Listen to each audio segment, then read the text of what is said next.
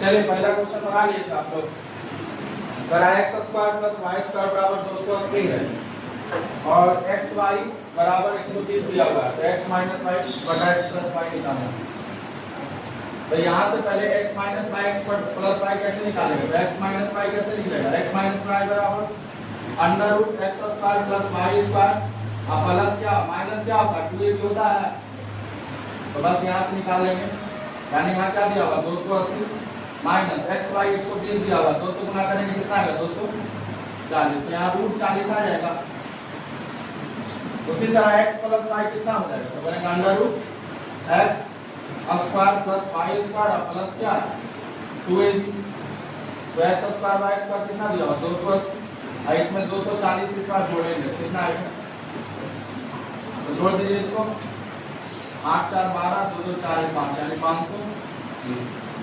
x minus y बटा x plus Y हो जाएगा। x माइनस वाई में कितना है रूट 40 और बटा में क्या है रूट 500, तो पूरा हो जाएगा कितना 40 बटा 500, 0 से 0 कट जाएगा 13 4 52, तो कितना आ जाएगा? यहाँ पे 1 आ जाएगा, 1 का रूट 1 होगा और नीचे क्या है रूट 1 बटा रूट 13 आ जाएगा। तो ये फॉर्मूला और बेस क्वेश्चन था, इसमें और कुछ नहीं था नहीं। अब इसका पीडीएफ जाता है, ठीक है, तो आपके भी ग्रुप में भेज देंगे, तो आप तो देख लीजिएगा, इसको क्वेश्चन भी भेज देंगे, फिलहाल देखिए समझिए इसको,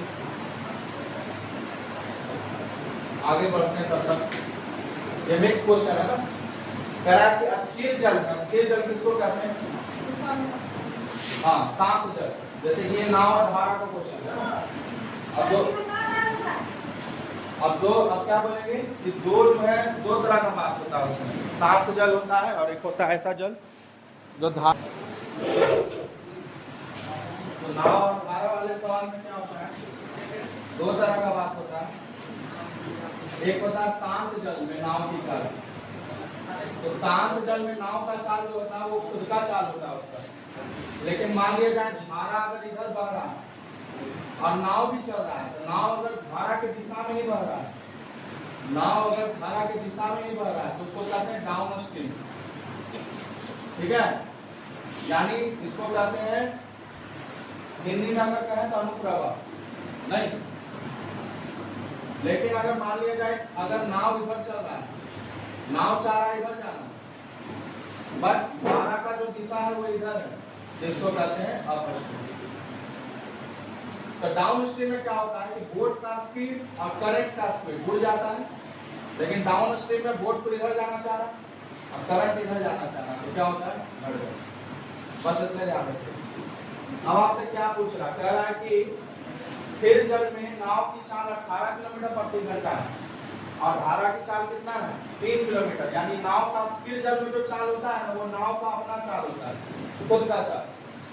तो क्या रहा है 105 किलोमीटर दूरी तय करने में और वापस आने में कितना समय लगेगा? तो टाइम बराबर क्या होता है डिस्टेंस बाय स्पीड। तो हम बोलेंगे डिस्टेंस कितना है 105 और जो स्पीड है वो जाने का मान लिया धारा के साथ जा रहा तो जुड़ जाएगा, तो जुड़ जाएगा तो कितना होगा 18 और 3 30।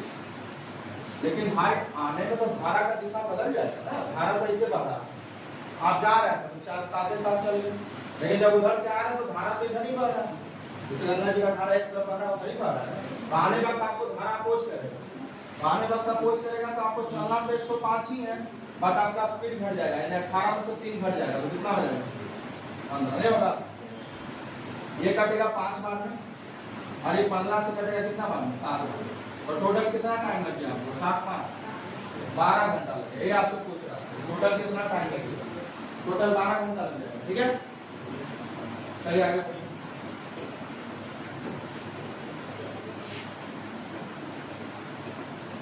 अगला कह रहा है कि दो वृत्त एक उभयनिष्ठ बाह्य स्पर्श रेखा की लंबाई 9 है और एक उभयनिष्ठ आंतरिक स्पर्श रेखा की लंबाई 5 है, तो वो दोनों वृत्तों की त्रिज्याओं का गुणनफल पूछ रहा है। मेरी बात को ध्यान से सुनिएगा। हम बोले थे आपको दो वृत्त जो होता है अगर एक दूसरे को टच कर रहा है तब इसका क्या होता है केवल एक ही वो होवे करता है स्पर्श रेखा, और इसकी लंबाई क्या होती है √2 × r1 × r2। बट अगर दो वृत्त है एक दूसरे को टच नहीं कर रहा है तब इसका दो तरह का टेंजेंट होता है। एक टेंजेंट होता है इसे सीधा, इसको कहते हैं, इसको क्या कहते हैं, इसको कहते हैं डायरेक्ट टेंजेंट DCT, और एक होता है तिरछा। इसे टेंजेंट किसको कहते हैं, ऐसी रेखा जो त्रिभुज को बाहर, त्रिभुज का वृत्त को बाहर से स्पर्श करके क्या हो जाए, निकल जाए।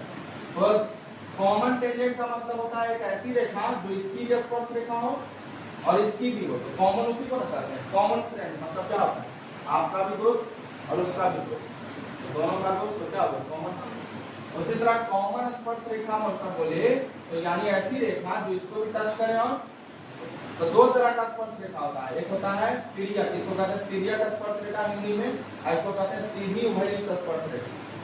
इसको DCT कहते हैं, उसको क्या कहते हैं, TCT, ट्रांसवर्स कॉमन टेंजेंट। अब यहाँ पर देखो वो नया नाम लिखा है, लिखा बाह्य स्पर्श रेखा और आंतरिक स्पर्श रेखा। तो जो बाह्य होता है ना वही होता है डायरेक्ट। डायरेक्ट को हम क्या कहते हैं, बाह्य, और आंतरिक किसको कहते हैं, ट्रांसवर्स। तो हम इसका फॉर्मूला लिखाए थे। अगर आपको बाहर वाला पूछना है या डायरेक्ट पूछना है DCT, तो DCT का फॉर्मूला होता है under root distance between centres, यानी त्रिज्याओं के बीच की दूरी, तो डिस्टेंस का स्क्वायर माइनस क्या बोले थे, R1 माइनस R2 का, ये DCT का फॉर्मूला बताया। TCT का क्या बताया थे, अंडर रूट डिस्टेंस का square minus R1 plus R2 का, ये बताया। तो चलिए DCT अगर दिया हुआ पहले से दे दिया कितना, 9, यहाँ 9 लिख देंगे, DCT के जगह 9 लिख देंगे, यहाँ 9 हो जाएगा। अब बराबर डिस्टेंस बिटवीन सेंटर्स, यानी दोनों के बीच की दूरी कितना दिया हुआ आपको, दोनों के बीच का डिस्टेंस दिया हुआ, नहीं दिया हुआ, तो इसको D मान लेंगे, ठीक है। उसके बाद D का स्क्वायर माइनस त्रिज्या भी दिया हुआ नहीं है, त्रिज्या दिया हुआ नहीं दिया, तो यहाँ पर इसको ही रहने देंगे R1 माइनस, यस रूट उधर ले जाएंगे तो इसका स्क्वायर हो जाएगा, 9 का स्क्वायर क्या हो जाएगा। उसी तरह TCT मेरा 5 दिया हुआ था, 5 का स्क्वायर क्या हो जाएगा, 25, अब बराबर D स्क्वायर यहाँ पर माइनस रहेगा R1 प्लस R2 का। इसको हल करें, इसको हल करेंगे, माइनस कर देंगे, यहाँ प्लस कर देंगे, D से D क्या हो जाएगा, 81 में से 25 चला जाएगा, कितना जाएगा, 81 में से अगर 25 जाएगा कितना है, अगर इसको 80 मान लीजिए कुछ देर के लिए, तो अगर 40 10 50 55 56 हो जाएगा, और बराबर में इधर क्या हो जाएगा, तो इधर हो जाएगा R1, यहाँ लिख देंगे, इधर 56 हो गया, बराबर में क्या होगा R1 प्लस R2 का होल स्क्वायर, और यहाँ माइनस था ना, तो माइनस R1 माइनस R2 का, ठीक है, ये हो गया। अब यहाँ से आपको पूछना है कि दोनों वृत्त को त्रिज्याओं की गुणनफल पूछा, तो जब आप उसको तोड़ेंगे ध्यान दीजिएगा, तो a square plus b square plus 2ab और a square b square minus 2ab होगा, माइनस अंदर जाएगा तो क्या हो जाएगा, a स्क्वायर b स्क्वायर खत्म, तो बचेगा क्या है, 4ab बचेगा, ये बचेगा, और इधर 56 है, ये तो 4 से काटिएगा इसको, कितना बार 14 बार, तो R1 को आपको कितना आ जाएगा, 14 आ जाएगा, 14। अच्छा सवाल है, बहुत अच्छा सवाल। दोनों त्रिज्याओं का गुणनफल कितना आ जाएगा, 14, क्यों, क्योंकि जब इसको हल करेंगे माइनस अंदर जाएगा तो R1 स्क्वायर R2 स्क्वायर तो कट ही जाएगा, मेरा ये माइनस माइनस प्लस कर देगा किसको, R1 प्लस R2 को, तो मेरा 4R1 R2 है, यहाँ से 4 से कट जाएगा, 14 बार खत्म हो जाएगा आंसर, ठीक है। ये अच्छा सवाल है। नेक्स्ट क्वेश्चन क्या कह रहा है कि कागज का एक आयताकार टुकड़ा है, ध्यान दीजिए, ये भी बहुत बढ़िया सवाल। कल के सेट में सब सवाल है, मतलब कैलकुलेटिव थोड़ा आगे नहीं था, ये वो कागज का सेट है, एक टुकड़ा है, ठीक है, आयताकार है, इसका लंबाई दिया, आयताकार मतलब आप समझ ही रहे हैं इस तरह से, इसका लंबाई 50 दिया हुआ है, चौड़ाई कितना दिया हुआ है, चौड़ाई के साथ लपेटा, अच्छा मतलब चौड़ाई के साथ लपेटा ना, तो ऐसे लपेटे, चौड़ाई के साथ मतलब ऐसे लपेटे, ठीक है। तो जब ऐसे लपेटेगा ध्यान दीजिएगा, तो ये जो है मेरा ऐसे गोल हो जाएगा, और गोल हो जाएगा तो इसका मतलब ये मेरा 2 पाई आर हो जाएगा, नहीं हो जाएगा, जैसे ही गोल होगा तो ये जो मेरा चौड़ाई है ये क्या चीज का काम करने लग जाएगा, परिधि का काम करने लग जाएगा, जैसे कि अभी हम आपको दिखाए थे जब आप इस कागज को ऐसे लपेट रहे हैं तो ये जो भुजा है ये क्या बन जा रहा है, गोल बन जा रहा है, और गोल बनने के कारण ये भुजा की क्या बन जाए, वृत्त की परिधि। अब वृत्त की परिधि क्या होता है, 2 पाई। हाँ, पाई मतलब 22 बटा और आर मतलब नहीं पता, बराबर में क्या है 22 ही होगा, क्योंकि 22 से घूम गया है तो 22 से 22 क्या हो जाएगा, तो यहाँ से आर कितना आ जाएगा 7 बटा, रेडियस कितना हो जाएगा 7 बटा।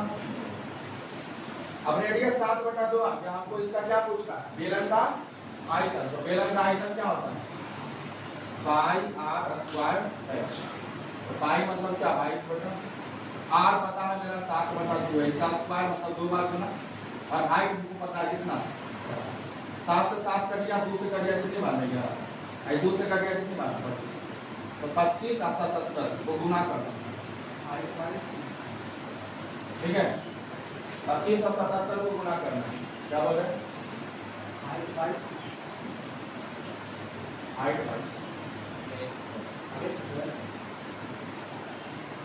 हाइट देखो, इसको लपेटे तो ये ना हाइट का काम करेगा, जब इसको लपेटे हैं तो ये मेरा क्या बन जाएगा, हाइट बन जाएगा,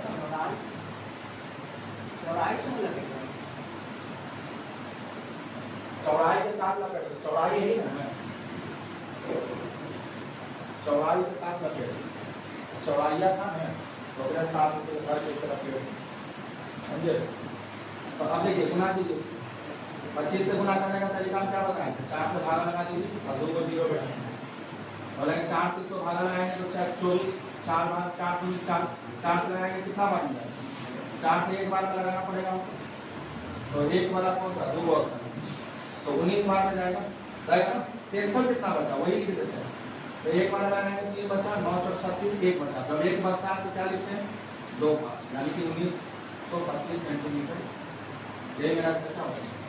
जब भी किसी संख्या को आपको 25 से गुना करना है, उसको किससे भाग लगा दीजिए 4 से भाग लगाने पर जो शेषफल आएगा, जैसे कि अगर 1 आएगा तो 2 5 लिख दीजिए, 2 आएगा तो 5 0 लिख दीजिए, और 3 आएगा तो 7 5 लिख दीजिए, याद रखें। जैसे हमने 77 को 4 से भाग लगाया तो एक बार में दिया, फिर कितना बचा 37, और 9 4 36, शेषफल कितना बचा 1, और जब 1 बचे तो 25 लिख दीजिए, 2 बचेगा तो क्या लिख देते, और 3 बचेगा, ये सब ट्रिक याद है, समझ में आ रहा है आपको क्या बोल रहे हैं, चौड़ाई के साथ लपेट रहा है, ये चौड़ाई हुआ ऐसे ऐसे लपेट, बोलता लंबाई तो ऐसे लपेट, समझे। ये सब लिखवाए हुए मोशन, लेकिन कब लपेटेंगे तो ये क्षेत्रफल बढ़ेगा, वॉल्यूम घटेगा, कब बड़ा होगा सब बता रहे हैं एडवांस मेथड।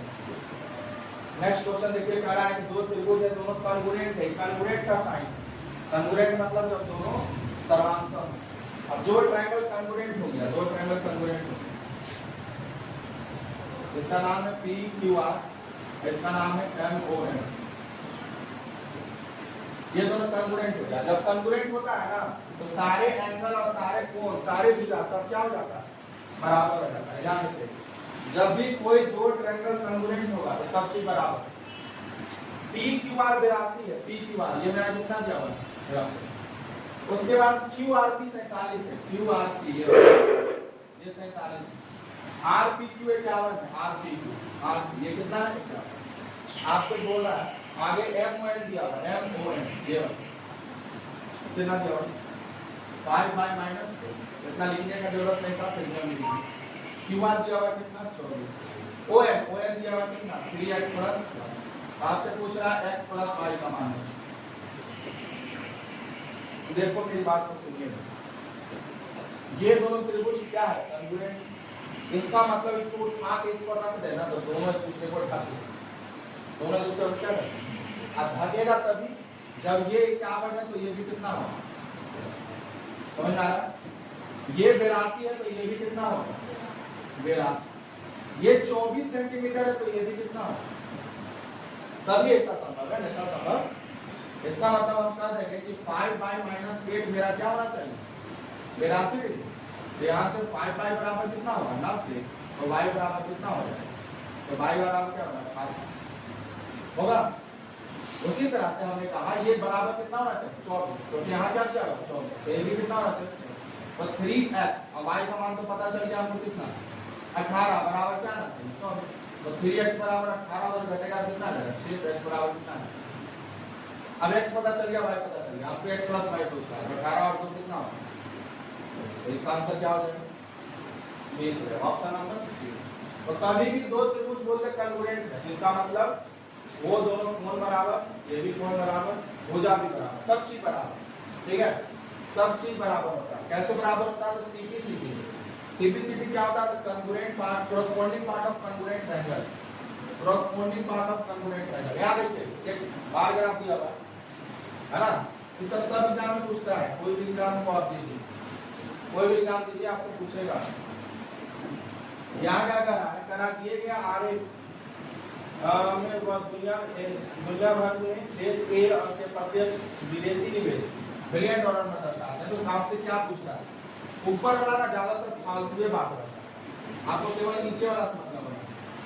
आपसे क्या पूछ रहा है, आपसे पूछ रहा है 2018-2015 में निवेश किए गए का अनुपात क्या था, और 2018 में कितना निवेश था, 65 था, और 2015 में कितना निवेश था, तो 60 था। तो 2018 में 65 था, 2015 में 60 था, 5 से काटिएगा तो 13 × 5 = 65 और 12 × 5 = 60, यानी ऑप्शन नंबर क्या है, तो आसान सवाल है। केवल आपसे पूछना प्राकृतिक संख्याओं का योग होता है n into n + 1 into 2n + 1/6। तो क्या हुआ है 45, तो यहाँ 45 लिखना पड़ेगा आपको। अब 45 और 1 कितना होगा 46। अब 45 दूनी 90 और 1 बटा क्या करना पड़ेगा, इसका औसत निकाल रहा है, तो औसत निकालने के लिए आपको 45 से क्या लगाना पड़ेगा, भाग भी निकालना पड़ेगा। ये तो योग का फॉर्मूला है ना आपको, लेकिन निकालना क्या है औसत। तो औसत कैसे निकलता है, एवरेज बराबर सम बाय नंबर। तो सम का फॉर्मूला होता है, ये किस चीज का फॉर्मूला होता है, सम का। अब इस सम को हमने किससे भाग लगा दिया, नंबर से। क्या को सम किया था 45 को ना, तो 45 से हमने क्या लगा दिया भाग। हालांकि डायरेक्ट फॉर्मूला भी आप बोल सकते हैं एवरेज का, क्या होता है n + 1 into 2n + 1/6। ये डायरेक्ट एवरेज का फॉर्मूला होता है, किसका, तो प्रथम n लगातार 45 बोला तो 45 लगातार प्राकृतिक संख्याओं के वर्गों का। 45 से 45 कट जाएगा यहाँ पर, इसको दोनों को गुना कर दीजिए। गुना करने से पहले आप चाहे तो काट भी सकते हैं, ये कट जाएगा 3 बार में, 2 से ये कट जाएगा 23 बार। तो 23 को गुना कर 91 से गुना कर देंगे 23 को, ठीक है। तो 9 से गुना कर देते हैं, 9 × 3 = 27, 9 दूनी 18, 2 20 और इसमें 23 जोड़ देते हैं, तो 3 हो जाएगा, 7 2 9 20। अब बटा में 3 कर देते हैं, क्योंकि हमको 3 से भाग भी लगाना था। तो कितना आ जाएगा 6 × 18, 2 बचेगा, 9 × 27, है ना। ऑप्शन मैच करिएगा, अभी भी नहीं मैच हो रहा है, तो फिर 2 बचेगा, तो बोलेंगे 7 × 21, तो 967.67 इसका आंसर होगा, ऑप्शन नंबर। तो हमने पहले योग निकाल लिया। अब योग निकालने के बाद हमको क्या पूछा, औसत। तो औसत निकालने के लिए किससे भाग लगा दिया पहले, अन्य तो डायरेक्ट फॉर्मूला ये भी होता है, इसको भी कर सकते हैं। 9 नंबर देखिए, थोड़ा जल्दी जल्दी देखिए। करा यदि एक आदमी 10 लीटर दूध में 6 लीटर पानी मिलाता है और दूसरा आदमी 8 लीटर दूध में कितना लीटर पानी मिलाता है, 4 लीटर। तो दोनों मिश्रणों में दूध और पानी का अनुपात पूछ रहा है, दोनों मिश्रणों में दूध पानी का अनुपात पूछ रहा है, ठीक है। तो देखो कैसे बनाएंगे इसको। अब हमसे बोला कि 10 लीटर दूध में 6 लीटर पानी मिला रहा है, तो यहाँ पर लिखेंगे मिल्क और यहाँ लिखेंगे वाटर। 10 लीटर दूध है और हम 6 लीटर पानी मिला दे रहा है। अब उसके बाद दूसरा आदमी 8 लीटर दूध में 4 लीटर पानी मिलाता है। अब दोनों मिश्रण में दूध का अनुपात ज्ञात करना है, ठीक है। तो हम बोलेंगे दोनों मिश्रण को अगर हम मिला दे पहले, तो इसका सम इक्वल करना पड़ेगा हमको। ये 16 होगा, ये कितना होगा 12। अब इसको इक्वल करने के लिए किससे गुना करना पड़ेगा, 16 को 3 से और 12 को 4 से, ठीक है। तो यहाँ कितना हो जाएगा 30 और यहाँ कितना हो जाएगा 18 और यहाँ हो जाएगा 32 और यहाँ क्या आ जाएगा 4 × 4 = 16। हमसे खाली मिल्क का अनुपात पूछ रहा है, तो मिल्क कितना है 30 और 32, ठीक है। तो 15 और क्या आ जाएगा 32 है ना, तो 15 और क्या आ जाएगा 16। यही मेरा आंसर आ जाएगा, ऑप्शन नंबर सी। तो कभी भी आपको किसी को मिलाना हो तो पहले उसको बराबर कीजिए, सम को बराबर कर दिया। आप लोग भी सीख लीजिए, सम को बराबर करने के लिए बोले थे हम, नहीं पिछले क्लास में नहीं बताया, लेकिन असाइनमेंट में आएगा क्वेश्चन कि कभी भी चीज को मिलाना हो तो सम को बराबर करते हैं। योग को, योग कैसे बराबर होगा, तो 10 और 6 जोड़ने पर यहाँ क्या आ रहा है 16 और यहाँ 8 4 जोड़ने पर कितना आ रहा है 12। अब 16 को किससे गुना कर दे, तो बोलेंगे 3 से, और 12 को किससे, 4 से, तब जाके बन जाएगा 48, और ये भी क्या बन जाएगा 48। तो 3 से इसमें भी गुना करना पड़ेगा और इसमें भी, तो गुना करोगे तो कितना आएगा, 3 दाह के 30 और 6 तिया 18, 4 8 चौक 32 और 4 चौक 16। यहाँ मिल्क का रेशियो पूछ रहा है तो कितना आ जाएगा, तो 32 और 30 और 32, तो 30 32 का रेशियो कितना होता है, 15 और, ठीक है। तो बोलेंगे टोटल है 6 4, टोटल है 6 4 10 और 8 2 10 20 और 4 कितना 24, टोटल 24 घंटा है, जिसमें 6 घंटा स्कूल में बिताया है। तो कितना परसेंट स्कूल में बिताए होंगे, तो गुने क्या कर दिए 100, प्रतिशत निकालने के लिए 100 से क्या कर देते हैं गुना, तो 6 चौक 24, आई कटेगा कितना बने, यानी 25% समय हम अपना कहाँ बिताए, स्कूल में बिताए। चलिए आगे कह रहा है, फेस्टिवल सीजन में बिक्री के दौरान 1000 के अंकित मूल्य वाले कांस्य की एक वस्तु पर, कांस्य का एक वस्तु है जिसमें 20% का छूट दिया, फिर 30 का दिया, फिर 10 का दिया, और देने के बाद महिला को बोल रहा है कि उसके, महिला के द्वारा वस्तु को खरीदने पर कितना पैसा दिया गया होगा। सिंपल सा सवाल है, सामान कितना रुपया का था, 1000 का, इस पर डिस्काउंट दिए पहले कितना परसेंट का, फिर 30 का, फिर 10 का, तो डिस्काउंट देते चलिए। 20% मतलब होता है 1/5, क्या होता है, तो 5 में 1 का डिस्काउंट देंगे, कितना में बेचेंगे, 4 में। 30% मतलब 3/10, तो 10 में 3 का डिस्काउंट देंगे, कितना में बेचेंगे, 10% मतलब 1/10, 10 में 1 का डिस्काउंट देंगे, कितना में बेचेंगे, 9 में। ये 0 0 कट गया, ये 5 से कट गया 2 बार में। अब इसको गुना कर दो, 9 7 63, 63 4 दूनी 8, 8 तिया 24, 8 6 48, 48 और 2 50, यानी 504 रुपया महिला को क्या करना पड़ेगा, देना पड़ेगा। ऑप्शन नंबर बी हो जाएगा इसका आंसर। तो ऐसा कुछ, चलिए आगे देखिए, करा दी गई तालिका का अध्ययन कीजिए प्रश्नों में। बनाया था तालिका ही वाला, बना दिए, इसको रहने देते हैं, ठीक है। नहीं बना है कि नहीं से तो बोलिए, आप खाली चेक करना था आपको कि कौन साल में सबसे ज्यादा वृद्धि हुआ, तो देख लीजिएगा, 4 को चेक कीजिएगा, कुल लेने चेक कीजिएगा, इन्हें क्या वो साल दे ले, बहुत सारा, तो ऑप्शन में जो वही चेक करना है खाली। नेक्स्ट देखो, कारण निश्चित धनराशि साधारण ब्याज के दर से 5वां हिस्सा और प्रति वर्ष ब्याज के दर वर्षों की संख्या के 5 गुना। देखो ब्याज का तो रेट है ना, रेट जो है ना वो टाइम का 5 गुना है, तो हम यहाँ लिखते हैं रेट और यहाँ लिखते हैं टाइम। हमसे क्या बोला, धनराशि का 5वां हिस्सा है, 5वां हिस्सा है कौन सी, एक निश्चित धनराशि पर साधारण ब्याज, धनराशि का 5वां हिस्सा, और प्रति वर्ष ब्याज की दर वर्षों की संख्या के 5 गुनी, यानी वर्ष अगर कितना 1 है तो रेट कितना गुना हो जाएगा, नहीं हो जाएगा। अब क्या कर रहा है, और साधारण ब्याज कितना मिलता है, 5वां हिस्सा, यानी कि मान लिया 5 यूनिट अगर मान लिया प्रिंसिपल है, प्रिंसिपल 5 है, तो उस पर हमको इंटरेस्ट कितना मिलता है, एसआई 1 मिलता है। चलिए अब यहां से हम क्या बोलेंगे, टाइम हो जाएगा तो जा सकते हैं, ठीक है। अब यहाँ पर रेट कितना है, 5 और 1 का रेशियो है, रेट 5 है, टाइम किसका 5 गुना, तो हम यहाँ कह सकते हैं क्या कि टाइम कितना हो जाएगा, तो टाइम हो जाएगा कितना, या रेट कितना हो जाएगा, तो बोलेगा 5t होगा, और टाइम तो t है ये।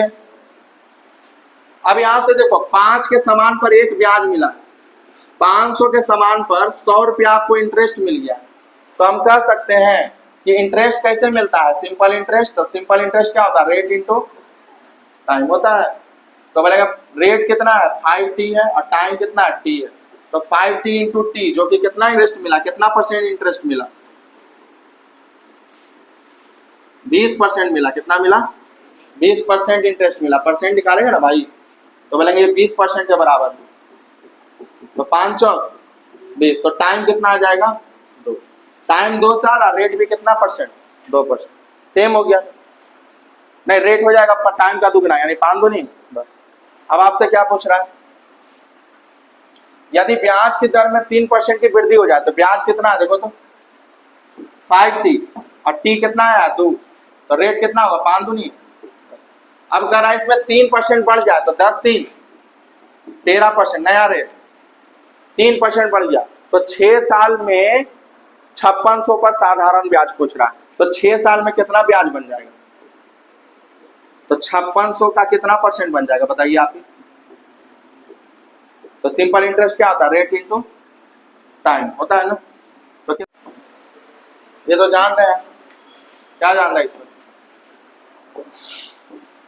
जब इन दोनों का सम कितना हो 90 तो कट जाता है, तो 2/5 2/3/5 5/5 यानी क्या हो जाएगा 5/5 का मतलब क्या हो जाता है। यहाँ पर इसको सॉल्व कर दीजिएगा। कैसे सॉल्व करेंगे, यहाँ से हम किसी एक को चेंज कर देंगे। जैसे साइन स्क्वायर थीटा को क्या लिख सकते हैं, साइन स्क्वायर को लिख सकते हैं 1 माइनस कॉस स्क्वायर, तो होगा 5 माइनस 5 कॉस स्क्वायर बराबर 6 हो जाएगा, और इधर जाके घटेगा तो 1 हो जाएगा। 7 में से 5 जाएगा, 7 में से 5 जाएगा तो 2 हो जाएगा, तो कॉस बराबर 1/√2 आ जाएगा। तो 1/√2 मतलब होता है कि थीटा का मान कितना आ गया 45 डिग्री आ गया, थीटा का मान 45 आ गया। आपसे इसका मान पूछ रहा है, या तो आप यहाँ पुट कर दीजिए, या तो आप क्या कीजिए कि इसको ऊपर नीचे गुना कर दीजिए किससे, सेक थीटा और प्लस टेन थीटा और sec theta plus tan theta ऊपर नीचे। इससे होगा क्या कि नीचे क्या बन जाएगा, sec square theta minus cos tan square theta 1 बन जाएगा, और ऊपर मेरा बन जाएगा sec theta plus tan theta का whole square. But sec theta plus tan theta खाली होल स्क्वायर आपको लिखना पड़ेगा। तो सेक थीटा का मतलब क्या होता है, सेक थीटा मतलब होगा, और सेक 45 अगर रखिएगा तो √2 होगा, और tan 45 तो 1 होता है। इसका क्या करना है होल स्क्वायर, तो होल स्क्वायर से रूट खत्म हो जाएगा, तो कितना आएगा 1 प्लस √2 और प्लस 1 यानी √2 और प्लस क्या आ जाएगा, यानी ऑप्शन नंबर क्या आ जाएगा बी इसका आंसर होगा। यहाँ देखिए ये क्वेश्चन क्या कह रहा है, ये 7 अंकों की संख्या, एक ऐसी संख्या जो 8 और 5 दोनों से कट रहा है। तो 8 और 5 दोनों से कटने का मतलब किससे कटेगा 40 कटेगा ना, 8 5 दोनों से कटने का मतलब किससे कटेगा 40, और 40 का मतलब क्या होता है 4 से कटेगा और 10 से, 4 से और 10। तो 10 से कटने के लिए हैच के जगह पर क्या होना चाहिए 0 होना चाहिए। अब बच गया स्टार, तो बोलेंगे 6 2 6 8 4 और स्टार अभी किससे कटना चाहिए 4 से ना, और 4 से कटने के लिए यहाँ इवन नंबर, ये लास्ट के 2 नंबर किससे कटने चाहिए 4 से, और 2 नंबर 4 से कटने के लिए स्टार को क्या होना पड़ेगा 4 होना पड़ेगा।